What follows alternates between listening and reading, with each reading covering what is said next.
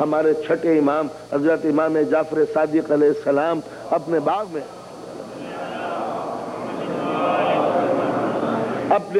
میں محنت کر رہے ہیں، سر کا پسینہ قدموں تک آیا ہوا ہے، دھوپ ہے، تمازت ہے، فضا ہے، شعلہ بار ہے۔ ایک مرتبہ ایک دوسرے ٹائپ کا امام ان کے سامنے سے گزرا، دنیاوی امام، اور اس نے فرزند رسول کو دیکھ کر عجیب انداز سے کہا، فرزند رسول، کہاں آپ کے جد کی تعلیم تھی کہ دنیا کو چھوڑو، اور کہاں یہ آپ کی تعلیم ہے کہ آپ دنیا میں اتنے انوالو ہیں کہ یہ گرمی، یہ حرارت، یہ تمازت، یہ چلتی ہوئے لویں، یہ جسم پھکے جا رہے ہیں، پرند بھی اپنے گھروں سے باہر نہیں نکلتے، پنچھی بھی گھونسلوں میں چھپے بیٹھے ہیں، اور آپ دنیا کمانے پر اتنے حریص ہیں کہ آپ کو اس گرم ہوا کا بھی کوئی خیال نہیں، سر کا پسینہ قدموں میں آیا ہوا ہے اور دنیا کمانے کے لیے محنت کر رہے ہیں۔ تو امام نے مسکرا کے یہ کہا کہ دیکھ، میں اس گرمی میں، اس دھوپ میں، اس تمازت میں، اس پھکتے ہوئے ماحول میں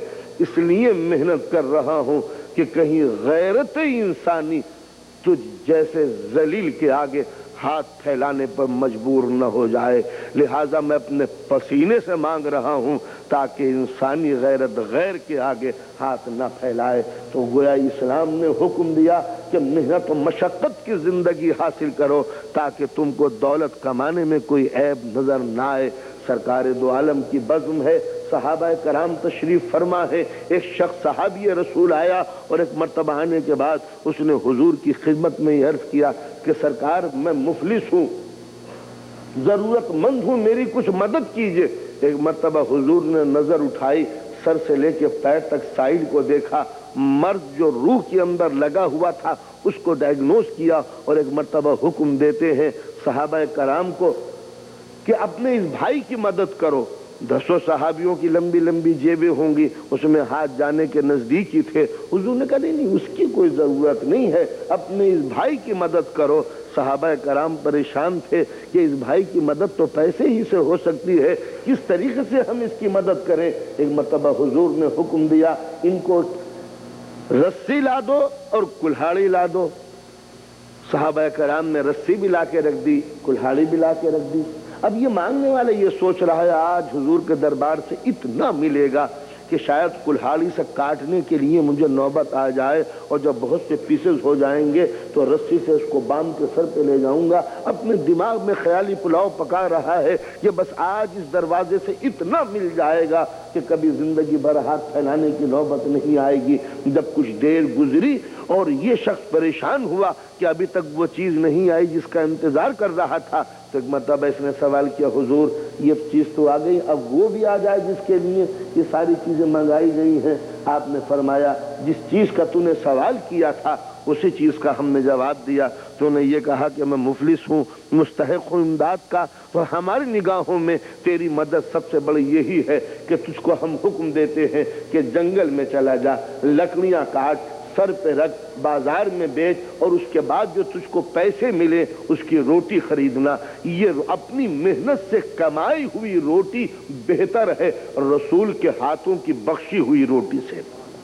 ذرا آپ نے اندازہ لگایا کہ کہاں سے کہاں بات پہنچی؟ یعنی حضور یہ فرما رہے ہیں کہ میرے ہاتھوں کی دی ہوئی روٹی اتنی عظیم نہیں ہوگی جتنی عظیم تیری محنت کی کمائی ہوئی روٹی ہوگی۔ یہ ایک سماج ڈیولپ کرنا چاہتے تھے سرکار دو عالم کہ جہاں قوم بیکار اور ناکارہ نہ بلے بلکہ محنت و مشقت سے، اتنی محنت و مشقت سے سوسائٹی میں ایک مقام حاصل کرے کہ انسان افلاس کی زندگی، غربت کی زندگی نہ گزارے۔ مولا کائنات فرماتے ہیں اپنے بیٹے محمد حنفیہ سے، اے میرے لال، مجھے اندیشہ ہے کہ کہیں غربت اور بھوک تیرے معدے کی آگ ایمان کو نہ جلا دے۔ یاد رکھیے، امام جب اپنے بیٹوں سے مخاطب ہو کے ایڈریس کرتے ہیں تو اس سے مراد بیٹا نہیں ہوتا، اس سے مراد قوم ہوتی ہے۔ یہ ایک امام کا ایک اسٹائل ہوتا ہے گفتگو کرنے کا کہ کہتے ہیں بیٹے سے مراد ہوتی ہے قوم۔ وہ امام بتانا چاہتے ہیں کہ ایمان اپنی جگہ پر ایمان ہے، لیکن اگر معدہ خالی ہے تو ایمان زیادہ تک زندہ نہیں رہا کرتا۔ لہذا ایمان کے لیے ضروری ہے کہ تمہارے پاس روٹی کمانے کے لیے وقت ہو۔ اس لیے اسلام نے حکم دیا کہ رزق کا حاصل کرنا ضروری ہے۔ حضور کا حکم ہے کہ مسلمان تاجر بزنس مین اس وقت دکان کھولتا ہے کہ جب سورج کی آنکھ بھی نہیں کھلتی۔ میں یورپ کے زمانے کی بات نہیں کر رہا، اسلامی کی اسٹیٹ کا ذکر کر رہا ہوں۔ یہاں تو 9 بجے آنکھ کھلتی ہوگی، میرے خیال سے 10 بجے بازار کھلتے ہوں گے۔ اسلامی بازار اس وقت کھلتے ہیں جب سورج کی آنکھ بھی نہیں کھلتی۔ یہ ساری باتیں کہنے کا منشا صرف یہ تھا کہ اسلام نے دنیا کے اندر رہ کر دولت کا کمانا برا نہیں سمجھا، جبکہ دوسرے مذاہب نے دولت کا حاصل کرنا مکروہ سمجھا، اور یہ سمجھا کہ دولت جو حاصل کرے گا وہ سوائے دوزخ میں جانے کی اور کوئی راستہ نہیں ہے۔ اس لیے کہ ہمارے ہندوستان میں ایک طرز بولی جاتی ہے کہ یہ مایا کا جال ہے، جو دولت کے پنجے میں آیا وہ پھنس کے ہمیشہ کے لیے ختم و خراب ہو گیا۔ لیکن اسلامی نقطہ نظر یہ ہے کہ محنت سے دولت کماؤ، اس وقت اٹھو جبکہ سورج کی آنکھ نہ کھلے، سر کا پسینہ قدموں تک آ جائے، محنت و مشقت کی زندگی گزارو۔ اب سوال یہ پیدا ہوتا ہے کہ اسلام بھی یہ کہتا ہے کہ تم دولت کماؤ، پیسہ کماؤ، محنت کرو، مشقت کرو، اور آج کل کیپٹلزم بھی یہی کہتا ہے کہ تم بھی دولت کماؤ۔ تو امریکہ کے کیپٹلزم میں اور اسلام کے اس درپرستی میں فرق کیا ہوا دنیا؟ اسلام بھی کہتا ہے پیسہ کماؤ، یورپ بھی کہتا ہے پیسہ کماؤ، تو ان دونوں میں فرق کیا ہے جس کے لیے ہم سمجھ سکیں کہ یہ کیپٹلزم ہے اور یہ اسلام کا نظریہ ہے؟ بس ارباب کرم یہیں پر آ کر وقت کے دو دھارے ہو جاتے ہیں۔ اسلام کہتا ہے محنت و مشقت سے دولت کماؤ، مگر اس کمائی ہوئی دولت کو خرچ کرنے کے 2 ڈھنگ ہیں۔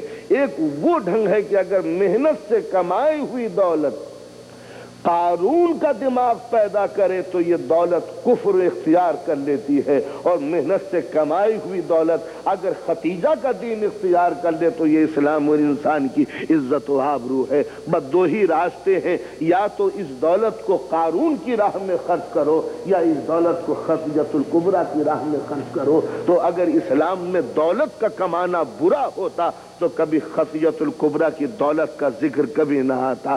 ظاہر ہے کہ یہ ختیجہ الکبریٰ کی دولت اگر نہ ہوتی تو اسلام کی تبلیغ کبھی اس منزل تک نہ آتی۔ اسلام نے حکم دیا زکوٰۃ دو، خیرات دو، خمس ادا کرو، فطرہ دو، صدقہ دو۔ یہ ایکسپورٹ بتا رہی ہے کہ اگر امپورٹ نہ کرو گے تو نکلے گا کہاں سے۔ یہ خرچ بتا رہا ہے کہ اگر آمد نہ ہوگی تو خرچ کہاں سے کرو گے۔ اس لیے کہ خرچ کرنے کا حکم خود بتا رہا ہے کہ گویا بچاؤ جب ہی تو خمس ہوگا۔ خمس کا حکم ہے کہ خمس واجب ہے، اور خمس جب نکالا جاتا ہے جب بچت ہوتی ہے، اور بچت جب ہوتی ہے جب کمایا جاتا ہے۔ تو اگر کما کے اڑانے کا حکم ہوتا تو کبھی خمس کا حکم نہ ہوتا۔ تو حکم دیا محنت سے کماؤ تاکہ زکوٰۃ دو، خمس ادا کرو، فطرہ ادا کرو۔ تو اب وہی قومیں دے سکتی ہیں جو پہلے کما کے دکھا دیں۔ تو لہذا دینے کا حکم خود بتا رہا تھا تاکہ تم دینے والے بنو۔ مگر کہیں مجھے بتا دیجئے، پورے قرآن کو پڑھ جائیے، پورے قرآن کو پڑھ جائیے، یہی حکم نظر آتا ہے، اقیموا الصلاۃ وآتوا الزکوٰۃ، نماز پڑھو اور زکوٰۃ دو۔ کوئی مجھے بتا دے کوئی آیت یہ لکھی ہوئی ہے کہ تم زکوٰۃ لو؟ قبلہ و کعبہ میں رب محترم تشریف فرما ہے، پورے قرآن مجید کو آپ پڑھ جائیے، دینے کا حکم آتا ہے کہ دو، مگر کہیں یہ نظر نہیں آتا کہ تم جا کے اپنا حق لو۔ اس کے معنی ہے کہ اسلام نے دینے کی اسپرٹ کریٹ کی ہے، لینے کا جذبہ کریٹ نہیں کیا۔ اس کے معنی ہے کہ اب جو بھی اسلام کے اندر ہے وہ دینے والا بنے، لینے والا نہ بنے۔ یہ تھا اسلام کا تصور، ورنہ 2 ڈپارٹمنٹ ہو جاتے، کہا آپ دیا کریں اور آپ گھر بیٹھ کے لیا کریں۔ لہذا اسلام نے لینے والے کے جذبے ہی کو ختم کر دیا، نہیں جو بھی ہے وہ دینے والا بنے۔ اب رہی مجبوریاں، وہ اس کے لیے الگ اسلام کا حکم ہے۔ تو الغرض اسلام نے حکم دیا کہ محنت سے کماؤ، جب محنت سے دولت کما لی تو اب اس کے 2 رخ ہیں بندہ پرور، جہاں سے میری تقریر کا گیئر بدلتا ہے۔ محنت سے کمائی ہوئی دولت کے 2 رخ ہیں جہاں کیپٹلزم میں اور اسلام میں فرق پیدا ہوتا ہے۔ کیپٹلزم دولت کماتا ہے ہر طرح خرچ کرتا ہے ہر طرح. نہ کمانے کا کوئی لا قانون ہے، نہ خرچ کرنے کا ڈھنگ اور طریقہ ہے. اسلام میں دولت کمانے کے بھی کچھ رخ ہے اور دولت کو خرچ کرنے کے بھی کچھ طریقے ہیں. اسلام کہتا ہے کہ محنت سے جس دولت کو تم نے کمایا ہے، اب اس کے دو ہی راستے ہیں، ایک نیگیٹو ہے اور ایک پوزیٹو ہے. کمائی ہوئی دولت اگر کبھی ہم سے ٹکرانے لگے تو دولت کو چھوڑ دینا، ہمیں نہ چھوڑنا. یہاں سے دولت میں اور اسلام میں ایک رشتہ قائم ہوتا ہے. کیپٹلزم کا نظریہ یہ ہے کہ دولت ہو، بس دولت ہو، چاہے دنیا چھوڑنا پڑے مگر دولت کو نہ چھوڑنا. اسلام کہتا ہے محنت سے کمائی ہوئی دولت اگر کبھی ہم سے ٹکرانے لگے، یہ دولت کبھی ہمارے کانسٹیٹیوشن سے ٹکرانے لگے، یہ محنت کی کمائی کبھی ہمارے مذہب سے ٹکرانے لگے، تو دیکھو مذہب کو نہ چھوڑنا، دولت کو چھوڑ دینا. کوئی مجھ سے یہ کہے مولانا ہر سال تم لندن جاتے ہو، اتنی لمبی چوڑی تمہاری شیروانی ہے، اتنا موٹا تازہ تمہارا بدن ہے، چھوٹی سی ہیروئن کہیں بھی چھپا سکتے ہو، برابر میں لے جانا، ایئرپورٹ پر رک کر ہم اتنے پیسے دے دیں گے، اتنا تمہیں پروفٹ ہو جائے گا. کیوں مجلس پڑھ کے اپنے پسینہ نکالتے ہو بغیر کسی پریشانی کے تم کو اتنا مل جائے گا؟ میں نے سوچا اچھے خاصی رقم ہے، پیسہ ہی تو ہے، اور ہمارے مذہب نے کہا ہے کہ پیسہ کمانا کوئی برا نہیں ہے، تو کیا پریشانی کی بات ہے اگر میں غلط طریقے سے بس اس دولت کو کما لوں؟ اسلام بس یہی آ کے میرا ہاتھ پکڑ لیتا ہے. ہم نے دولت کو کمانے کا حکم دیا ہے مگر ہم سے ٹکرانے کی ہمت کا تمہیں کیسے پیدا ہوئی؟ دولت کو وہاں کماؤ جہاں دولت ہم سے نہ ٹکراتی ہو. لیکن اگر کوئی دولت ہمارے اصول سے ٹکراتی ہو، ہمارے پرنسپل سے ٹکراتی ہو، تو دولت کو چھوڑ دینا، ہم کو نہ چھوڑنا. یہ ہے نیگیٹو سائیڈ دولت کا، کہ ہر وہ دولت جو مذہب کے خلاف ہو وہ دولت اسلام میں حرام. لیکن اب پوزیٹو سائیڈ کیا ہے کہ اگر محنت سے کمائی ہوئی دولت کو اگر دین کی ضرورت ہے تو پھر وہ دولت کو قربان کر دینا، آنکھیں نہ چرانا. اگر مدرسے کی ضرورت ہے، اگر اسکول کی ضرورت ہے، اگر رضا خانے کی ضرورت ہے، اگر مسجد کی ضرورت ہے، اگر پبلیکیشن کی ضرورت ہے، تبلیغ دین کی ضرورت ہے، فقراء کی امداد کی ضرورت ہے، یتیموں کی مدد کی ضرورت ہے، تو دولت تمہاری ہے. لیکن یہ پوزیٹو راستہ ہے کہ ایک طرف تمہاری دولت ہے، ایک طرف قوم کے مفلس ہیں، ایک طرف دولت ہے، ایک طرف دین کی ضرورت ہے. تو ایسے موقع پر دولت کو عزیز نہ رکھنا، مذہب کو عزیز رکھنا. یہ دو سائیڈ ہوئی، نیگیٹو اور پوزیٹو. ایک نیگیٹو وہ کہ جب دولت غلط ڈھنگ سے کماؤ تو یہ اسلام میں حرام ہے، اور نیک طریقے سے کمائی ہوئی دولت، تمہاری دولت کو اگر مذہب کی ضرورت ہے تو اب دولت کو عزیز نہ رکھنا، مذہب کو عزیز رکھنا. یہ ہے اسلامی جذبہ، اور اسلام نے ہر منزل کے اوپر یہی ہمیں حکم دیا ہے کہ کسی بھی دنیاوی چیز کو ہم نے تمہارے لیے منع نہیں کیا.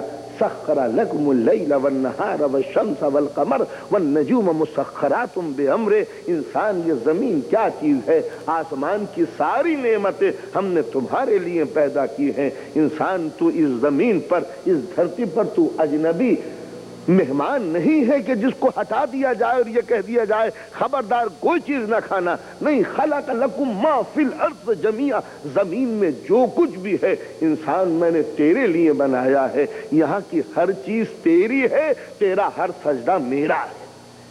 یہ ہے آسان سا راستہ کہ دنیا کی ساری چیزیں تو لے لے، لیکن اپنا دل اور دماغ، اپنے ارادے اور منصوبے، اپنا دن اور رات، اپنے اعمال یہ مجھے دے دے. اور جب مجھے دیتے تو ہر چیز تیری ہے، بشرطے کہ تو میرا بن جائے. تو یہاں جن چیزوں کو حلال کہا گیا ہے وہ تیرے لیے مفید ہے، اور جن چیزوں کو حرام کہا گیا ہے وہ یہ نہیں ہے کہ تیرے لیے نہیں ہے. اس کا استعمال چونکہ تیرے جسم کے لیے نقصان دہ تھا لہذا ہم نے اس کو حرام قرار دیا. اگر تیری محبت نہ ہوتی تو حرام قرار کیوں دیتے؟ غیروں سے کہہ دیتے ہیں جو دل چاہے کھاؤ، لیکن جو تنا اپنا ہوتا چلا جاتا ہے اس کو بتا دیتے ہیں اس کو کھانا یہ حرام ہے، یہ مکروہ ہے، یہ مستحب ہے، اس کا کھانا ثواب ہے. اس کے معنی ہے کہ جتنے بھی احکام آئے ہیں وہ سب ہماری محبت میں آئے.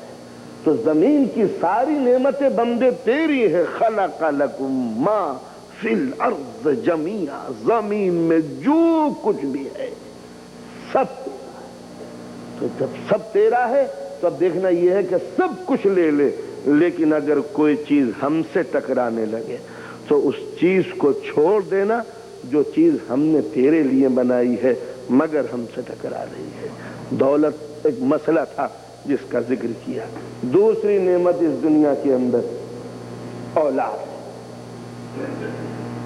اتنی بڑی نعمت کہ نبیوں نے ہاتھ اٹھا دیے ہیں اولاد کے لیے، اماموں نے دعائیں مانگی ہیں اولاد کے لیے، اولیاء اللہ نے دعائیں مانگی ہیں اولاد کے لیے. اسلام وہ مذہب نہیں جو اولاد کو نفرت کی نگاہوں سے دیکھے. اسلام وہ مذہب نہیں جو انسان کو تنہا زندگی گزارنے کا حکم دے. اسلام وہ مذہب نہیں کہ جہاں تجرد کی زندگی گزار کر سوسائٹی میں گھر کو برباد کر دے اور سماج برباد ہو جائے.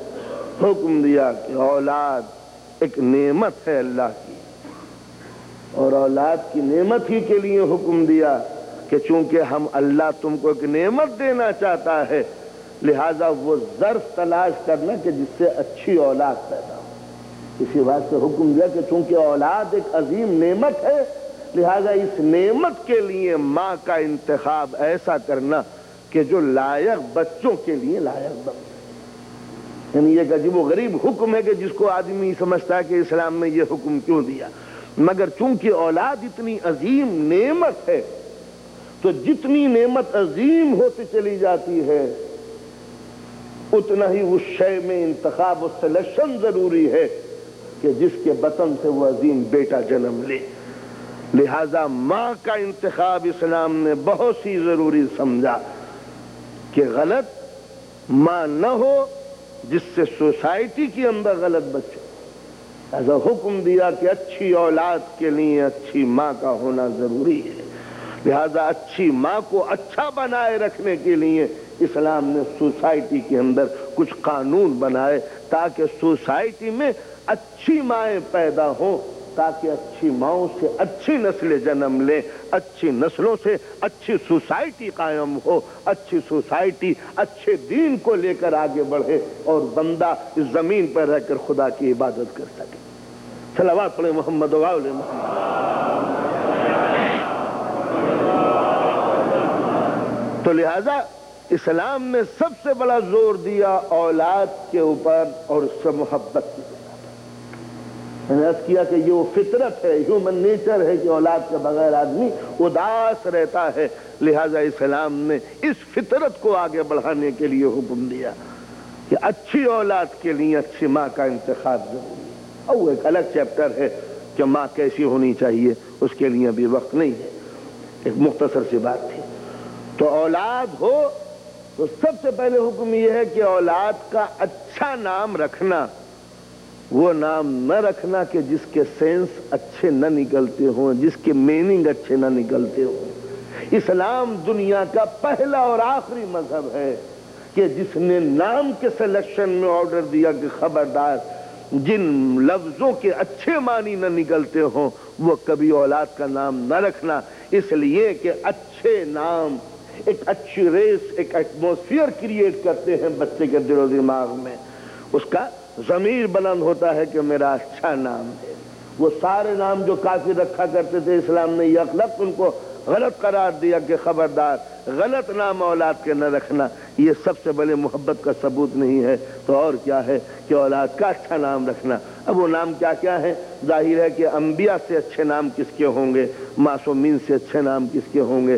لہذا حکم ہے کہ انبیاء پر، اولیاء پر اور معصومین اور ائمہ کے ناموں پر نام رکھے جائیں. حکم دیا کہ کسی کو غلط نام سے نہ پکارنا کہ جس کی بنا پر ہماری سوسائٹی میں رات دن ہم پکارا کرتے ہیں. نہ اس کو ریپیٹ کر کے آپ کے موڈ کو خراب نہیں کرنا چاہتا. تو جو اسلام ماں باپ کو حکم دے رہا ہو کہ اولاد کا برا نام نہ رکھنا، وہ کبھی کسی انسان کو حکم نہیں دے سکتا کہ وہ اپنے بھائی کو غلط نام سے پکارے، عیب والے نام سے. جو آپ جانتے ہیں کہ کس کس طریقے سے ہم اپنے دوستوں کو پکارا کرتے ہیں. اسلام نے قطعاً اجازت نہیں دی کہ تم کسی مومن کو توہین والے نام سے پکارو. تو پہلا حکم یہ ہے ماں باپ کے لیے کہ اولاد کا نام اچھا رکھو تاکہ اچھا دماغ پہ اس کا ایفیکٹ پڑے۔ دوسرا حکم یہ ہے کہ اولاد کو چاہو، سینے سے لگاؤ، اولاد کو پیار کرو، اس لیے کہ بچے کے دماغ میں ایک ویکوم ہے، اس ویکوم میں آپ کو پیار و محبت فل اپ کرنی ہے۔ جن بچوں کے دماغ میں پیار و محبت نہیں ڈالی جاتی وہ بچے بڑے ہو کر اداس زندگی گزارتے ہیں، جو اسلام کو قطعاً پسند نہیں ہے۔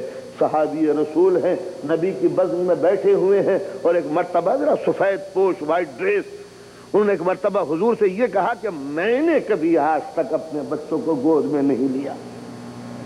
بہترین قسم کے دھلے ہوئے لانڈریٹ کپڑے فلاٹ، آج تک میں نے کبھی اولاد کو گود میں نہیں لیا۔ حضور نے رخ پھیر کے کہا تو جنت کی خوشبو بھی کبھی تیرے ناک تک نہیں پہنچے گی۔ اس لیے جو بچوں کو پیار نہ دے سکے جنت بھی کبھی اس کو پیار کرنے کے لیے تیار نہیں ہے۔ تو آپ نے اندازہ لگایا، حکم یہ ہے کہ بچوں کو سینے پہ اٹھاؤ، آغوش میں لو، انہیں پیار کرو، محبت دو اس طرح کہ ڈانٹ ڈپٹنا جھڑکنا یہ بچوں کے دماغ کے لیے کبھی اچھا اثر نہیں پڑ سکتا۔ امیر المومنین السلام فرماتے ہیں کبھی بچوں کو مارنا نہیں، ولا تضربو، کبھی بچوں کو مارنا نہیں، ہاں اگر ان کی ہدایت کرنی ہو تو محبت کرتے کرتے کبھی ان سے روٹھ جانا، ناراض ہو جانا، ولا تطلہو، مگر یہ روٹھنا زیادہ پیریڈ کے لیے نہیں ہو، اس لیے کہ اگر بچہ یوز ٹو ہو گیا کہ پاپا نہیں بولتے، نہ بولے، ڈزنٹ میٹر، تو ایک اچھا برا اثر پڑے گا۔ تو لہٰذا اگر بچے کو کسی بڑی بات کے لیے روکنا ہے تو مارنے کی تمہیں اجازت نہیں ہے، اس لیے کہ شریعت میں یہاں تک ہے کہ اگر آپ نے بچے کو سزا دی اور اس کے جسم پر نشان پڑ گئے تو اسلامی حکومت آپ کو سزا دے سکتی ہے، اس لیے کہ آپ اس کے باپ ہیں، اس کے مالک نہیں ہیں، یہ ایک اللہ کی امانت ہے کہ جو آپ کے سپرد کی گئی ہے۔ انصاف سے بتائیے ماڈرن تھنکنگ میں اور اسلام کے اس حکم میں کس قدر قربت نظر آ رہی ہے۔ تو لہٰذا اولاد کے ساتھ محبت کا سلوک کرو، پیار کرو، سینے پہ بٹھاؤ، اسے آغوش میں لو تاکہ دماغ میں اس کے پیار بھر جائے۔ لیکن اسلام کا کس قدر سینسیٹیو آرڈر ہے کہ جس وقت اپنے بچے کو تم پیار کر رہے ہو بس یہیں سے اسلام میں گیئر بدلتا ہے۔ اگر تمہارے سامنے سے ایک یتیم بچہ گزر رہا ہو تو یتیم کے سامنے اپنے بچے کو پیار نہ کرنا، یتیم کو بلا کے سینے سے لگا لینا، یہ ہے اسلام کا حکم، تاکہ اس یتیم بچے کے دماغ میں ممتا تڑپنے نہ لگے، اسلام کا حکم۔ اب اگر تم کبھی کسی ضرورت سے باہر جاؤ، کسی کام سے جاتے ہی رہتے ہیں ہم آفس میں، تو حکم یہ ہے کہ جب پلٹ کے آؤ تو بچے کے لیے کوئی نہ کوئی گفٹ لے کے آؤ، کوئی نہ کوئی تحفہ لے کے آؤ۔ کیوں؟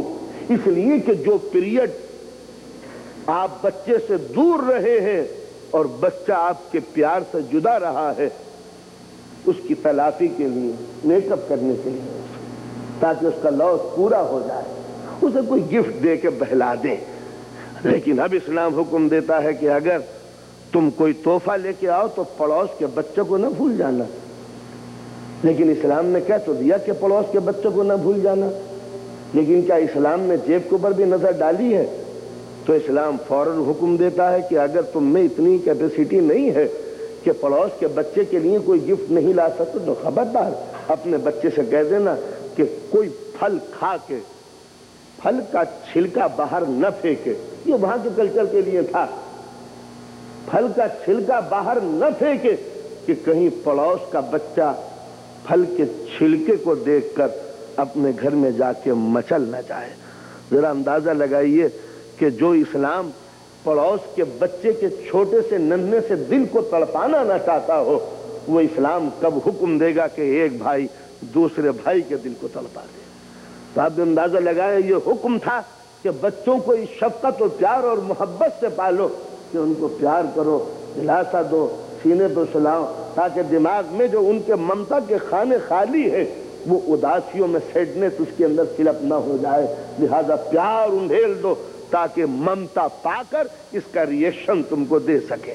ظاہر ہے کہ ہماری سوسائٹی میں جو سب سے بڑا جو زہر پیدا آج یورپین سوسائٹی میں، آپ کی سوسائٹی میں نہیں، یورپین سوسائٹی میں جو سب سے بڑا زہر ہے وہ یہیں سے شروع ہوتا ہے کہ بچے ماں باپ سے پیار نہیں پاتے، تو جب یہ ماں باپ بوڑھے ہوتے ہیں تو جوان اولاد سے یہ پیار نہیں پاتے۔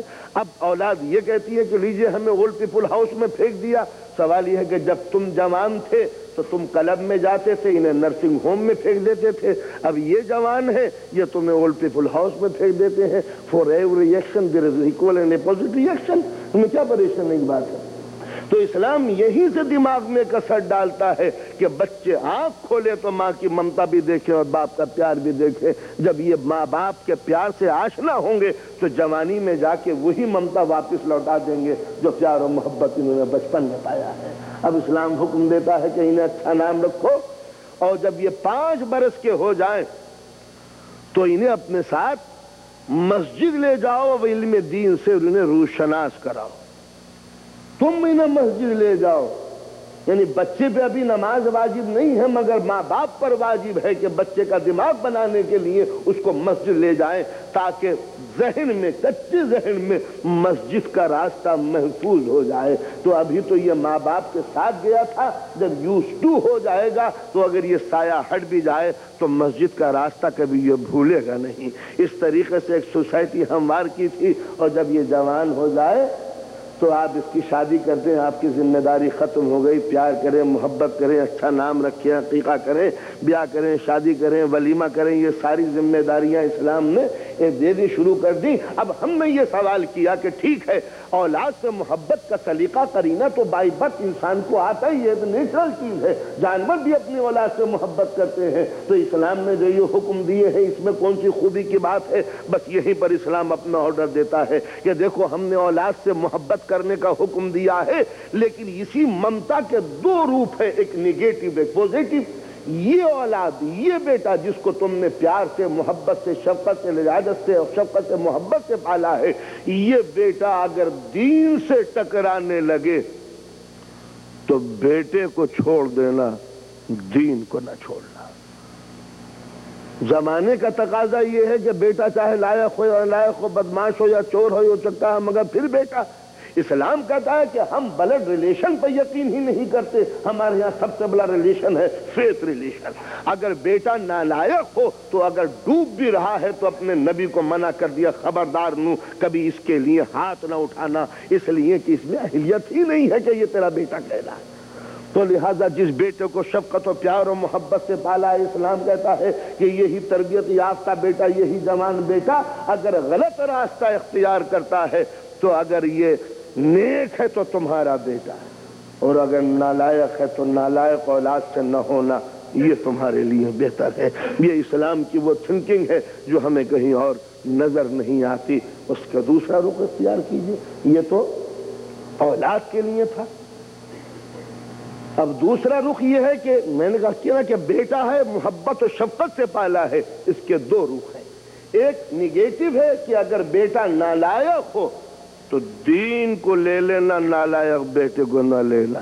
پوزیٹو سائیڈ یہ ہے کہ پیار اور شفقت سے پالے ہوا بیٹا اگر دین کو کبھی اس بیٹے کی ضرورت ہو تو یہ پالا ہوا پیارا بیٹا دین کے حوالے کر دینا، کبھی دین کو مایوس نہ کرنا۔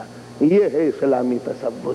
یہ نہیں ہے کہ شفقتوں کے آنچل بچوں کے سروں پہ ڈال دیے جائیں اور دین سے اسے ناآشنا بنا دیا جائے۔ یہ تو اولاد کا مسئلہ ہوا۔ اب دوسری طرف مسئلہ ہے ماں باپ کا۔ اسلام کے اندر جہاں ہیومن رائٹس کی لسٹ لکھی ہوئی ہے وہاں سب سے پہلے اگر کسی کا حق مانا ہے اسلام نے تو وہ ماں باپ کا مانا ہے۔ خدا کے بعد اگر کہیں ہیومن رائٹس کا ذکر آیا ہے تو سب سے پہلے ماں باپ۔ میری اطاعت کرو، اور ایک منزل وہ بھی آتی ہے کہ جو بات الٹ جاتی ہے، بالوالدین احسان وذی القربى والیتامى والمساکین وقولوا للناس حسنا اقیموا الصلاة وآتوا الزکاة۔ ذرا ایوولوشن ملاحظہ فرمائیے، بالوالدین احسان سب سے پہلے ماں باپ کا حق ہے، وذی القربى اور پھر قرابت داروں کا، عزیز و قریب کا، جو ریلیٹو ہے تمہارے ان کا، پھر یتیموں کا، پھر مسکینوں کا، وقولوا للناس حسنا، پہلے ماں باپ، اس کے بعد عزیز و اقارب ریلیٹو، اس کے بعد یتیم و مسکین، قولوا للناس حسنا، اور جب پبلک سے گفتگو کرو تو تمہارا اسٹائل پولائٹلی گفتگو کرنا، اس طرح گفتگو نہ کرنا کہ دل چھلتے چلے جائیں۔ یہ نہیں کہا کہ علماء سے گفتگو کرو تو شرافت سے کرنا، یہ نہیں کہا کہ قبلہ و کعبہ سے گفتگو کرو تو قرینے سے کرنا، یہ نہیں کہا کہ بزرگوں سے گفتگو کرو تو قاعدے ڈھنگ سے کرنا۔ قول للناس، جو غیر مسلم ہیں، غیروں سے، عام پبلک سے، اس میں کافر مشرک بے دین ہو سکتا ہے، مسلمان پر واجب ہے کہ جب گفتگو کرے تو پولائٹلی کرے۔ تلخ لہجے سے گفتگو کرنے والا اسلام میں اچھا مسلمان نہیں کہلاتا۔ قولوا للناس حسنا، جب جنرل پبلک سے گفتگو کرو تو زبان نہیں چاہیے، نشتر اور خنجر نہ بننی چاہیے۔ اور پھر اس کے بعد حکم ہوتا ہے اقیموا الصلاۃ وآتوا الزکوٰۃ۔ ذرا ترتیب ملاحظہ فرمائیے، پہلے ماں باپ کا حق دے دو، پھر عزیز و اقارب کا حق دے دو، پھر یتیموں کو نہ بھولو، مسکینوں کو نظر انداز نہ کرو، عام جنرل پبلک کے ساتھ بیہیویئر اچھا ہو۔ اقیموا الصلاۃ وآتوا الزکوٰۃ، میری نماز بھی پڑھ لیا کرو، زکوٰۃ بھی دے دیا کرو۔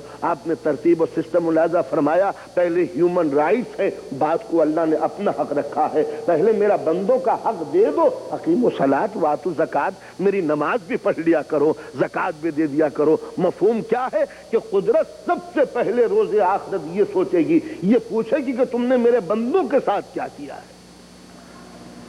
نماز پڑھتے تھے باپ کو گالیاں دے کے، نماز پڑھتے تھے ماں کو ستا کر، سنا روزے رکھتے تھے پڑوسیوں کا دکھ دکھا کر، تو جو مخلوق خدا کا نہ ہو سکا وہ خدا کا کیا ہوگا؟ اس لیے کہ اسلام میں خدا کو نماز سے اس کا کوئی فائدہ نہیں ہے، نماز ہمارے فائدے کے لیے ہے۔ یہ خدا کا در اس لیے نہیں ہے کہ یہ سر جھک جائے تو خدا کی خدائی ڈیولپ ہو جائے گی، میرے ذہن کو زندگی مل جائے گی، خدا کی خدائی میں کوئی اضافہ نہیں ہوگا۔ یعنی خدا کے در کو میرے سر کی ضرورت نہیں ہے، میرے تھکے ہوئے سر کو خدا کے در کی ضرورت ہے۔ صلوات پڑھیں محمد و آل محمد۔ تو لہذا حکم ہے کہ سب سے پہلے ماں باپ کا خیال کرو، بالوالدین احسان وذی القربی والیتامی والمساکین وقولوا للناس حسنا، اقیموا الصلاۃ وآتوا الزکوٰۃ۔ حکم ہے کہ اما یبلغن عندک الکبر احدہما او کلاہما فلا تقل لہما اف ولا تنہرہما۔ اے نوجوانوں، دیکھو یہ تمہاری ماں جب بوڑھی ہو جائے یا تمہارا باپ ضعیف ہو جائے تو خبردار ان بوڑھی ماں باپ کے سامنے ولا تقول لہما اف، تو تمہارے منہ سے اوف نہ نکلے۔ یہ اوف ہے کیا چیز؟ یہ ریئیکشن ہے کسی ایکشن کا، تمہارے منہ سے اوف، یہ ہے کیا چیز؟ یہ تمہارے منہ سے اوف نہ نکلے۔ یعنی ذرا کا سینٹنس یوں ہے، پروز آرڈر، جب یہ ماں اور یہ تمہارا باپ بوڑھا ہو جائے یا یہ دونوں ضعیف ہو جائیں تو ان کے سامنے کبھی اوف نہ کرنا۔ تو یہ اوف کیا چیز ہے؟ اوف ایکشن نہیں ہے، اوف ریئیکشن ہے۔ اسلام میں عجیب و غریب لفظ انتخاب کیے ہیں، سلیکشن جو ورڈ کا، ان کے سامنے اوف نہ کرنا، تو یہ اوف تو ریئیکشن ہے۔ آپ یہ کہیے کہ یہ نہ کرنا وہ نہ کرنا، یہ تو آپ نے ریئیکشن بتایا۔ گویا یہ اوف جو ہے یہ ہے تکلیف کا احساس، کہ جب کسی کے چوٹ لگتی ہے، جب کسی کے ٹھوکر لگتی ہے، جب زخم لگتا ہے، تکلیف ہوتی ہے تو اس کے منہ سے نکلتا ہے اوف۔ کوئی بیمار ہوتا ہے تو اس کے منہ سے نکلتا ہے ہائے، تو یہ ہائے کو کہے کہ ہائے نہ کرنا تو وہ یہ کہہ سکتا ہے کہ بخار کو ہٹا لو، ہائے نہیں کروں گا۔ اس لیے کہ ہائے جو ہے وہ تو تکلیف کا رزلٹ ہے، تو آپ تکلیف کو ریموو کیجئے، ہٹائیے، جبھی تو ریئیکشن رکے گا۔ اسلام کہتا ہے اوف نہ کرنا، تو اوف تو جب ہوگا کہ جب کوئی ستائے۔ اسلام کا کہنے کا منشا یہ کہ ہمیں معلوم ہے کہ تم کو یہ ستائیں گے، جبھی تو کہا کہ اوف نہ کرنا۔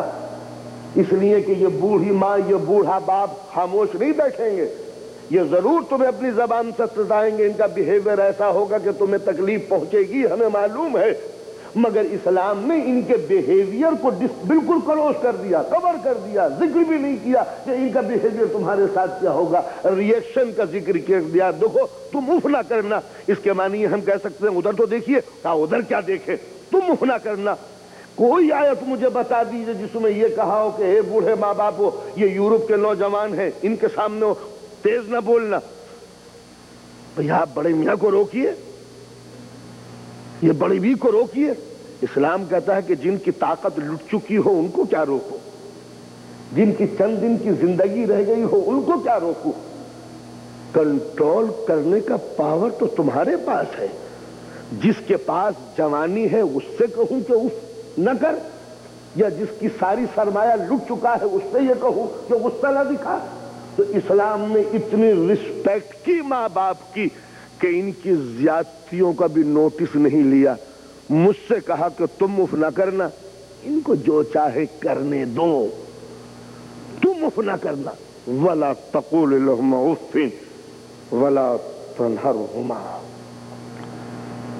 ان کے سامنے تیز نہ بولنا۔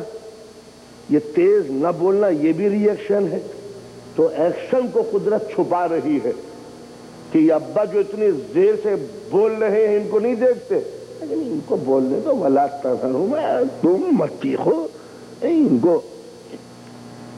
ان کو کہنے دو، تم چپ رہنا۔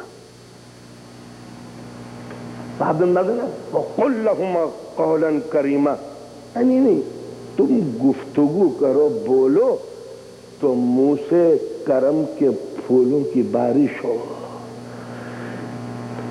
قُلْ لَهُمَا قَوْلًا كَرِيمًا، تو اس کے معنی ہے کہ بڑے میاں گالیاں بکنے لگے، جبھی تو ادھر کہا گیا کہ نہیں تمہارے منہ سے کرم کی پھولوں کی بارش ہو۔ اس کے معنی ہے کہ اب کرم کے مقابلے میں یا مزاج گرم ہو گیا، تو انہوں نے کہ ہاں ان کو رہنے دو، ان کو جو یہ کہہ رہے ہیں کرنے دو، مگر تم تیز نہ بولنا، جھڑکنا نہیں، انداز کریمانہ ہو۔ وَاخْفِضْ لَهُمَا جَنَاحَ الذُّلِّ مِنَ الرَّحْمَةِ، شانوں کو سمیٹ کے چلنا ان کے سامنے، جیسے غلام اپنے آقاؤں کے سامنے سمٹے ہوئے رہتے ہیں۔ اور جب یہاں تک آ جاؤ تو یہ نہ سمجھ لینا کہ تم نے ان کا حق ادا کر دیا، تم کا ان کا حق ادا کرو گے۔ ہمارا یہ آرڈر ہے کہ تم ان کے لیے ہم سے دعائیں مانگو۔ رب ارحمہما کما ربیانی صغیرا، پالنے والے یہاں تک تو میں آ گیا ہوں کہ میرے ماں باپ نے مجھے ستایا مگر میں نے اف نہ کی، یہ چیخے میں خاموش رہا، انہوں نے گالیاں دی مگر پھر بھی میرا انداز کریمانہ تھا، یہ اکڑ کے میرے سامنے آئے اور میں سمٹ کے رہ گیا مگر پھر بھی تو ان کا حق ادا نہیں ہوا۔ اے پالنے والے، ایک بشر میں بس یہ اتنی ہی شکتی ہو سکتی ہے کہ وہ یہاں تک آ جائے، مگر یہاں تک پہنچنے کے بعد بھی میں نے ان کا حق ادا نہیں کیا۔ کریم رب ارحمہما کما ربیانی صغیرا، اے پالنے والے تم میرے ماں باپ پر ویسا رحم کر جیسا رحم انہوں نے مجھ پہ کیا تھا جبکہ میں چھوٹا سا تھا۔ یہ ہے اسلامی تصور کہ پالنے والے تو ان کے اوپر رحم کرنا۔ ایک عجیب و غریب لفظ استعمال کیا، رب رحم۔ رب، یہ نہیں کہا کہ اے اللہ تو ان پر رحم کر، یہ نہیں کہا کہ اے رحیم تو ان پر رحم کر، اے رب تو رحم کر۔ اس کے بعد ایک لطیف اشارہ تھا، رب کے معنی ہے پالنے والا، لک افٹر کرنے والا۔ کریم تو رب تھا، کام تیرا تھا کہ تو مجھے پالتا، میں تیری مخلوق تھا، تیرا بندہ تھا، تیرا کام تھا کہ میں پالتا۔ پالا انہوں نے، تو اے پالنے والے جب انہوں نے تیرا کام کیا ہے تو تو بھی ان پر ویسا رحم کر جیسا رحم انہوں نے مجھ پر کیا تھا۔ بندہ تیرا تھا، تیرے اس بندے کو انہوں نے پالا، اب مجھ میں اتنی طاقت نہیں ہے کہ ان کا پورا حق ادا کر دوں۔ اب ذرا آپ اندازہ فرمائیے کہ یہاں کبھی میں تھا جبکہ چھوٹا سا تھا، یہ میرے ماں باپ تھے جبکہ یہ بزرگ تھے، انہوں نے مجھ کو پالا پوسا، ایک منزل وہ آئی کہ میں جوان ہوا اور یہ ضعیف ہو گئے۔ تو اگر میں قانون اور کانسٹیٹیوشن بناتا، میں قرآن کو لکھتا، میں آیت بناتا، تو یہ کہتا پالنے والے مجھے توفیق دے کہ میں ان کے ساتھ ویسا سلوک کروں جیسا سلوک انہوں نے مجھ پر کیا تھا۔ اس کے معنی ہے کہ میں برابر ہو جاؤں کہ جیسا انہوں نے کیا تھا ویسا میں کروں، ایکول ہو جائیں گے۔ قرآن کہتا ہے نہیں، تم کہاں مقابلہ کرو گے، تم ہم سے دعا مانگو۔ اے پالنے والے، اب سرکار کے لیے جملے کے ظرف ممکن میں اب اتنی ہی گنجائش تھی، اب واجب الوجود سے تمنا ہے کہ تو وہاں آ جا جہاں کل میرے ماں باپ تھے، اور تو اس طرح میرے ماں باپ کی حفاظت کر جیسی حفاظت انہوں نے میرے ساتھ کی تھی۔ یہ تھا اسلامی تصور۔ اس لیے کہ اس دنیا کے اندر دوستو ٹائم تو زیادہ ہو جاتا ہے، میں بدنام ہوں کہ اپنے وقت کو پار کر لیتا ہوں، مگر کوشش کروں گا کہ جلد ہی بات ختم ہو جائے۔ اس دنیا میں دو قانون ہیں دوستو، ایک قانون قدرت ہے، ایک قانون فطرت ہے۔ قانون قدرت آخرت کے اندر ایک قانون ہے جو سزائے دے گا، قانون فطرت اسی دنیا میں سزا دیتا ہے۔ شرابی ہے وہ سزا پائے گا، وہاں اسے اختیار ہے کہ وہ شرابی کو معاف کرے یا سزا دے، لیکن قانون قدرت میں معافی ممکن ہے، قانون فطرت میں معافی ممکن نہیں ہے۔ یہاں کوئی معاف نہیں ہوتا۔ شراب پیے اور نشہ نہ ہو، جوا کھیلے اور برباد نہ ہو، ظلم کرے اور تاراج نہ ہو، یہ دنیا میں فطرت کا قانون سزا دیتا ہے۔ اس دنیا میں یہی ہے کہ جیسا کسی نے اپنے ماں باپ کے ساتھ کیا ہے ویسا ہی اس کی اولاد نے اس کے ساتھ کیا ہے۔ یہ اپنی زندگی میں ہم نے دیکھا، خود میں نے اپنی زندگی میں دیکھا، اور نوٹ کر لیجیے، جیسا کسی نے اپنے ماں باپ کے ساتھ کیا ویسے ہی اس کی اولاد اس کے ساتھ کرتی ہے۔ لہذا اسلام یہی اس دھارے کو روکتا ہے۔ ہماری طرف قصہ مشہور ہے کہ رات کی تاریکی میں ایک جوان بیٹا اپنے باپ کو کاندھے پہ لیے جا رہا ہے، ندی و دریا نزدیک آنے والا ہے، اندھیرا ہے، شب ہے، تاریکی ہے، سناٹا ہے، بیٹا نزدیک آنے والا ہے دریا کے۔ ایک مرتبہ باپ کاندھے پر سوار ہو کے کہتا ہے، بیٹا جہاں پانی گہرا ہو وہاں ڈبونا۔ بیٹا کہتا ہے، بابا یہ کیسے معلوم ہوا کہ میں تم کو ڈبونے کے لیے لیے جا رہا ہوں؟ کہا، بیٹا ایک وقت تھا کہ میں نے بھی اپنے باپ کو ڈبویا تھا، تو لہذا یہ کیسے ممکن ہے کہ مجھے سزا نہ ملے مگر گہرے پانی میں ڈبونا تاکہ جلدی دم نکل جائے۔ ایک مرتبہ بیٹا چلتے چلتے رکا، روک کے کچھ سوچنے لگا، سوچ کے گھر کی طرف پلٹنے لگا۔ باپ نے پوچھا، بیٹا پلٹے کیوں ہو؟ کہا، بابا میں نہیں چاہتا کہ ہسٹری ریپیٹ اٹ سیلف، میں نہیں چاہتا کہ میرا بیٹا بھی میرے ساتھ یہی سلوک کرے، بس برائی کے اس دھارے کو میں یہی ختم کرتا ہوں۔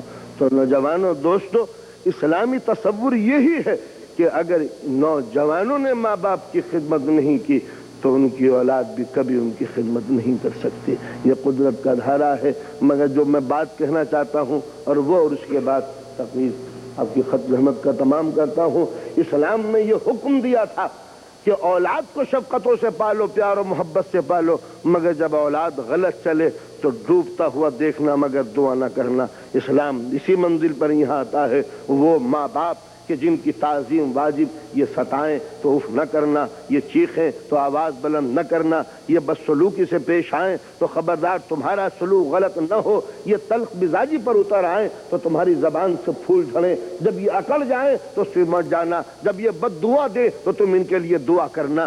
اتنے شفیق ماں باپ کے لیے اسلام نے حکم دیا، خبردار یہ ماں اور باپ کے جس کے خلاف ایک لفظ ہم سننا نہیں چاہتے، مگر یہی باپ یہی ماں اگر تمہیں گمراہی کی طرف بلائیں تو ولا تطیعہما، تو خبردار ان کی اطاعت نہ کرنا۔ جس وقت یہ خدا کے خلاف ہو جائیں تو اس وقت ان کی اطاعت تمہارے لیے واجب نہیں۔ باپ اس کام کا حکم دے جو خلاف شرع ہو، ماں اس چیز کی سفارش کرے جو شریعت میں حرام ہو، تو کسی منزل پر ماں اور باپ کا حکم ٹھکرانا حرام ہے، مگر اس منزل پر ماں باپ کا حکم ٹھکرانا واجب ہے۔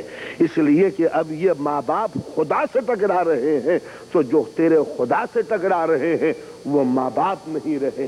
تو لہذا اگر یہ ماں باپ کبھی دین کے خلاف ہو جائے تو تمہارا ان سے کوئی رشتہ نہیں۔ یہ تھا اسلامی تصور کہ دولت محنت سے کماؤ، مگر جب دولت دین سے ٹکرانے لگے تو دولت کو چھوڑ دو۔ اچھا لباس پہنو مگر اچھا لباس جب شریعت سے ٹکرانے لگے تو پیور سلک پہننا حرام ہے. سونا کماؤ مگر سونا پہننے کی اگر دل میں تمنا پیدا ہونے لگے وہ یہی سے حرام ہو جائے. اچھا مکان بناؤ مگر مکان کی تعمیر میں اگر گناہ سمیٹ کے آ جائے تو اب مکان میں رہنے کی کوئی ضرورت نہیں ہے. اولاد کو شفقت و پیار و ممتا سے پالو مگر اولاد اگر گناہ کے اندر ملوث ہو جائے تو اس اولاد سے تمہارا کوئی رشتہ نہیں ہے. ماں باپ کی اطاعت کرو لیکن ماں باپ اگر تمہیں معصیت اور گناہ کی طرف بلائے تو ماں باپ سے تمہارا کوئی غم نہیں ہے. وطن سے محبت کرو لیکن اگر محبت وطن میں رہنے کی بنا پر دین کمزور ہو رہا ہو تو پھر ہجرت واجب ہو جائے گی. تو آپ نے دیکھا وطن سے محبت کرو لیکن ایک وہ منزل آ جائے کہ جہاں وطن میں رہنا مذہب کے لیے مفید نہ ہو تو پھر فرزند رسول وطن چھوڑ دیں گے. یہ تھا اسلامی کنسپٹ. نعمتیں لو مگر جب قدرت نعمتیں واپس مانگے تو ساری نعمتیں دے دو. بس یہاں سے بغاوت ہوتی ہے کہ قدرت نعمت دیتی چلی جاتی ہے بندہ لیتا چلا جاتا ہے لیکن نعمتیں دینے کے بعد اگر وہ یہ کہے واپس کرو تو اب انسان حریص بن جاتا ہے نہیں واپس نہیں. بس یہی سے بغاوت شروع ہوتی ہے. تو انبیاء اسی لیے آئے دنیا میں تاکہ دنیا کو انسانوں کو بتا دے کہ نعمتیں کس طرح لوٹائی جاتی ہیں. تو کسی نبی نے قید میں زندگی گزار کے بتایا, کسی نبی نے وطن کو چھوڑ کے بتایا, کسی نبی نے قتل ہو کے سمجھایا, کسی نبی نے آگ سے بھڑکتے ہوئے شعلوں میں کود کے بتایا, کسی نبی نے اولاد کو قربانی کی منزل پر لٹا کے بتایا. تو اگر انبیاء کی تاریخ پڑھنی ہو, اگر یہ سمجھنا ہو کس نبی نے کیا کیا, اگر یہ سمجھنا ہو کس نبی نے کیا کیا تو انبیاء کی تاریخ پڑھو. اور جب یہ سمجھنا ہو کہ کربلا والے نے کیا نہ کیا تو حسین کی تاریخ پڑھو. تو جب نبیوں کے قصے پڑھو گے تو یہ پتہ چلے گا کس نبی نے کون کون سا کام کیا. اور جب حسین کی تاریخ پڑھتے ہیں تو پتہ چلتا ہے کہ اس بندے نے کیا نہ کیا. جو نبیوں نے جدا جدا کیا وہ حسین نے کربلا میں اکیلے کیا. وطن سے دوری, اولاد کو جدا کرنا, بھتیجے بھانجے گود کے پلے ہوئے بچپن کے ساتھی, حسین کے پاس جو کچھ تھا سب کچھ دے دیا. وہ وطن, وہ مدینہ جس کی گلیوں کوچوں سے حسین کو پیار تھا, جس مدینے کی گلیوں میں حسین کا بچپن گزرا تھا, جس مدینے میں حسین کے چاہنے والے رسول کی قبر تھی, اس قبر کا مجاور اور قبر کو چھوڑ دے. وہ حسین کہ جس کا مدینے میں سب کچھ تھا, چاہنے والی ماں, بھائی, نانا, اور حسین اس مدینے کو چھوڑ کے چلے. جب چھوڑ کے چلے تو ایک مرتبہ چاہنے والی نانی ام المومنین حضرت ام سلمہ کی خدمت میں تشریف لائے, سلام ادب کیا, نانی ہم آخری بار زیارت کے لیے حاضر ہوئے ہیں. ایک مرتبہ ام سلمہ نے نظر اٹھائی, میرے لال کہاں چلے؟ کہا نانی عراق کی طرف. بس عراق کا نام سننا تھا کہ ایک مرتبہ ام سلمہ نے کلیجے پہ ہاتھ رکھ لیا, میرے لال ہر طرف جانا مگر عراق نہ جانا, اس لیے کہ میں نے تمہارے نانا کو لفظ عراق کے اوپر روتے ہوئے بار بار دیکھا ہے. جب بھی کبھی عراق کا نام آتا رسول رونے لگتے تھے, لہذا میرے لال ہر طرف جانا مگر کبھی عراق نہ جانا. مرتبہ کہتی ہیں کہ میرے لال تم چھوٹے سے تھے, ایک دن سرکار دو عالم غریب خانے پر تشریف لائے, حجرے میں لیٹ گئے, مجھے یہ حکم دیا ام سلمہ آج ہماری طبیعت ناساز ہے, کسی صحابی کو ہمارے نزدیک آنے نہ دینا، تم باہر بیٹھ جاؤ، جو آئے منع کر دینا کہ آج ہم کسی سے گفتگو نہیں کریں گے۔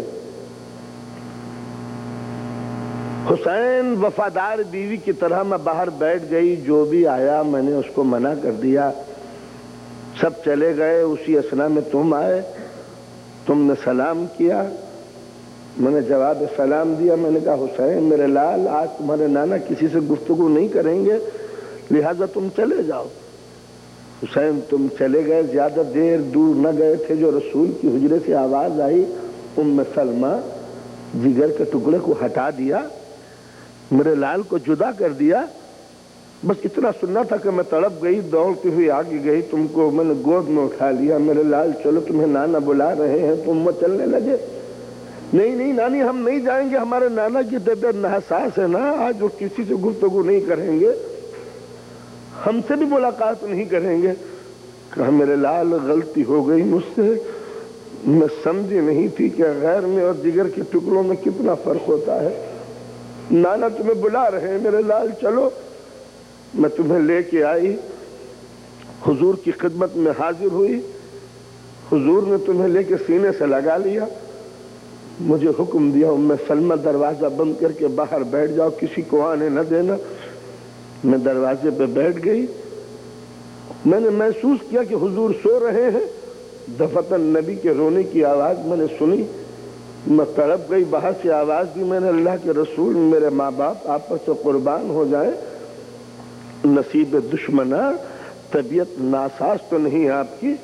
حضور نے آواز دی ام سلمہ اندر آ جاؤ، اور اب جو میں اندر گئی تو کیا عالم دیکھا کہ حسین تم نبی کے سینے پہ لیٹے ہوئے تھے، اور نبی کی مٹھیوں میں مٹی تھی، آستینیں الٹی ہوئی تھی، نبی کی آنکھ سے آنسو جاری تھے۔ اے ام سلمہ ابھی میری آنکھ لگی تھی، جبرائیل امین آئے اور مجھ سے یہ بتایا کہ اے رسول، جس حسین کو سینے پہ تم سلا کے پیار کر رہے ہو، جی بھر کے پیار کر لو، اس لیے کہ ایک وقت ہوگا کہ یہ حسین کربلا کی تپتی ہوئی زیتی کے اوپر لیٹا ہوگا، اس کی پشت پر شب میں لہیم زہر میں ڈوبے ہوئے خنجر کو لے کر اس کے حلقوم کو قطع کر رہا ہوگا۔ اے ام سلمہ، جبرائیل امین نے مجھے یہ مٹی دی ہے اور یہ کہا ہے کہ جب یہ مٹی خون بن جائے تو سمجھ لینا کہ کربلا میں میرا لال مارا گیا۔ حسین اسی دن سے یہ مٹی ارض کربلا کی خاک شفا اس شیشے میں رسول رکھ گئے ہیں، جس کی زیارت ہر روز کیا کرتی ہوں میرے لال، ہر طرف جانا مگر کربلا کا رخ اختیار نہ کرنا۔ یہ وہ جگہ ہے کہ جس کا نام لیتے ہی نبی رویا کرتے تھے۔ ایک مرتبہ امام حسین کہتے ہیں نانی جان، تو کیا آپ یہ سمجھتی ہیں کہ حسین کو کچھ خبر نہیں کہ ہمارے ساتھ کیا سلوک ہوگا؟ نانی اماں ذرا میری انگلیوں کے درمیان دیکھیے، کچھ چیز نظر آ رہی ہے۔ ام سلمہ نے حسین کی دونوں انگلیوں کی محراب میں نظر ڈالی، ایک لق دق تپتا ہوا صحرا ہے جہاں لویں چل رہی ہیں، آندھیاں اٹھ رہی ہیں، بگولے سر اٹھا رہے ہیں۔ ام سلمہ کہتی ہیں حسین میرے لال، ایک تپتا ہوا میدان ہے جس کے کنارے ایک نہر بہ رہی ہے، اور اسی بہتے ہوئے نہر کے کنارے ایک نوجوان کا لاشا ہے جس کے ہاتھ کٹ چکے ہیں، جس کا سر پاش ہو چکا ہے، اس کے جسم پر اتنے تیر ہیں کہ جسم پہچانا نہیں جاتا۔ بس اتنا کہنا تھا کہ ام سلمہ رونے لگی، میرے لال یہ کس نوجوان کا لاشا ہے جس کو دنیا نے اس طرح بے دردی سے قتل کیا ہے؟ ایک مرتبہ حسین طلب پہ کہتے ہیں نانی جان، پہچانی ام البنین کی کمائی ابو الفضل عباس، ارے میرے شیر کو دنیا فرات کے کنارے قتل کرے گی، اس کے بازوؤں کو جدا کر دے گی، اس کے سر پہ گرز گراں بار لگائے گی۔ ام سلمہ رونے لگی، پھر کہتی ہے میرے لال، کربلا کے اسی تپتے ہوئے میدان میں ایک نوجوان لاشا نظر آ رہا ہے جس کے سینے پہ برچھل کا پھل ہے۔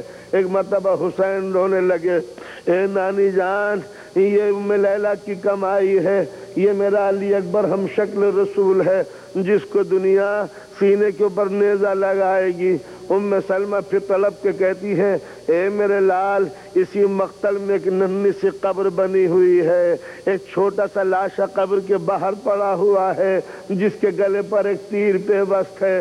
ایک مرتبہ امام کہتے ہیں نانی جان یہ رباب کی کمائی علی اصغر ہے، ارے 3 روز کا بھوکا پیاسا میرا لال، ارے جس وقت ہم سوال آپ کریں گے ہرملہ بن کاہل اسدی زہر میں ڈوبا ہوا تیر گلے پہ لگائے گا۔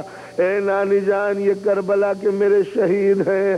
الغرض امام مدینے سے جدا ہوئے، کربلا کی سمت رخ اختیار کیا، وقت بیتنے لگا، سلمہ بے چین ہونے لگی۔ جیسے جیسے وقت بیتتا جاتا ہے سلمہ کی پریشانیاں بڑھتی چلی جاتی ہیں۔ ایک مرتبہ مدینے میں شور ہوا، محرم کا چاند نظر آیا، سلمہ اداس ہو گئی۔ اے بیویوں ارے نہ جانے کیا بات ہے کہ جب سے محرم کا چاند دیکھا ہے سکون نظر نہیں آتا، نیند آنکھوں سے اڑ گئی، آرام کرنے کو جی نہیں چاہتا۔ اسی طرح محرم کی 7 تاریخ آ گئی، سلمہ نے جو پانی پینا چاہا ایک مرتبہ حلق میں اٹک گیا، آواز دیتی ہے بیویوں یہ پانی تلخ کیوں ہوا؟ ارے کون سلمہ کو بتائے کہ آج یہ پانی تلخ نہ ہوگا تو کیا ہوگا؟ حسین کے چھوٹے چھوٹے بچے آج پیاسے ہیں۔ وقت بیتتا رہا، سلمہ بے قرار ہوتی رہی۔ روز عاشور آیا اور آج سلمہ اتنی بے چین ہے کہ کبھی حجرے میں ہے، کبھی حجرے کے باہر ہے، کبھی قبر رسول پر ہے، کبھی ایک عزیز کے ہاں ہے، غرض کے دن بھر پریشان نہیں۔ یہ سمجھ میں نہیں آتا کہ آج پریشانی کیوں ہے، نہ بھوک لگتی ہے نہ پیاس لگتی ہے۔ ایک مرتبہ سلمہ نے نماز ظہر ادا کی، لیٹ گئی، آنکھ لگ گئی، سو گئی۔ دفتن خواب میں کیا دیکھتی ہیں کہ سرکار دو عالم قبر سے برآمد ہوئے ہیں، چاک گریبان ہے، سر کے بال کھلے ہوئے ہیں، آستینیں الٹی ہوئی ہیں، کوہنیوں تک ہاتھ خون میں آلودہ ہیں۔ ایک مرتبہ کہتے سلمہ ارے چین سے سو رہی ہو، ارے میرا لال کربلا میں شہید کر دیا گیا۔ اب جو سلمہ کی آنکھ کھلی تو کیا دیکھتی ہے، جس شیشے کے اندر مٹی رکھی ہوئی تھی وہاں خون تازہ جوش مار رہا ہے۔ ایک مرتبہ سلمہ چیخ کے زمین پر گری، اے بنی ہاشم کی بیویوں ارے میرا لال کربلا میں شہید ہوا۔ ایک تاریخ کے جملے یہ ہیں، ایک مرتبہ آخری ہچکی لی سلمہ نے، اور ادھر کربلا میں امام حسین کا سر جدا ہوا، اور ادھر چاہنے والی نانی اس دنیا سے اٹھی۔ اجرکم اللہ خیر جزا ولعنت اللہ علی الظالمین الی یوم الدین۔ اللہم اغفر للمؤمنین والمؤمنات والمسلمین والمسلمات الاحیاء منہم والاموات، تعاذ بیننا وبینہم بالخیرات انک مجیب الدعوات انک علی کل شیء قدیر۔ یا اللہ یا اللہ یا اللہ یا اللہ، پالنے والے کربلا والوں کی پیاس کا واسطہ ہمارے گناہوں کو معاف فرما، پالنے والے حاضرین مجلس کی دلی تمناؤں کو پورا کر۔ اے میرے معبود ہم میں جو بیمار ہوں سید سجاد کا صدقہ ان کو شفاء کامل عطا فرما، پالنے والے جو بے اولاد ہوں علی اصغر کا تصدق ان کو اولاد نرین عطا فرما، پالنے والے فرزندان توحید کو فتح مندی عطا فرمانا۔ اے کریم اسلام کے دشمنوں کو نابود فرما، مسلمانوں کی صفوں میں اتحاد قائم کر، حضرت کے ظہور میں تعجیل عطا فرما، اور ہم کو ان کے اعوان و مددگار میں شامل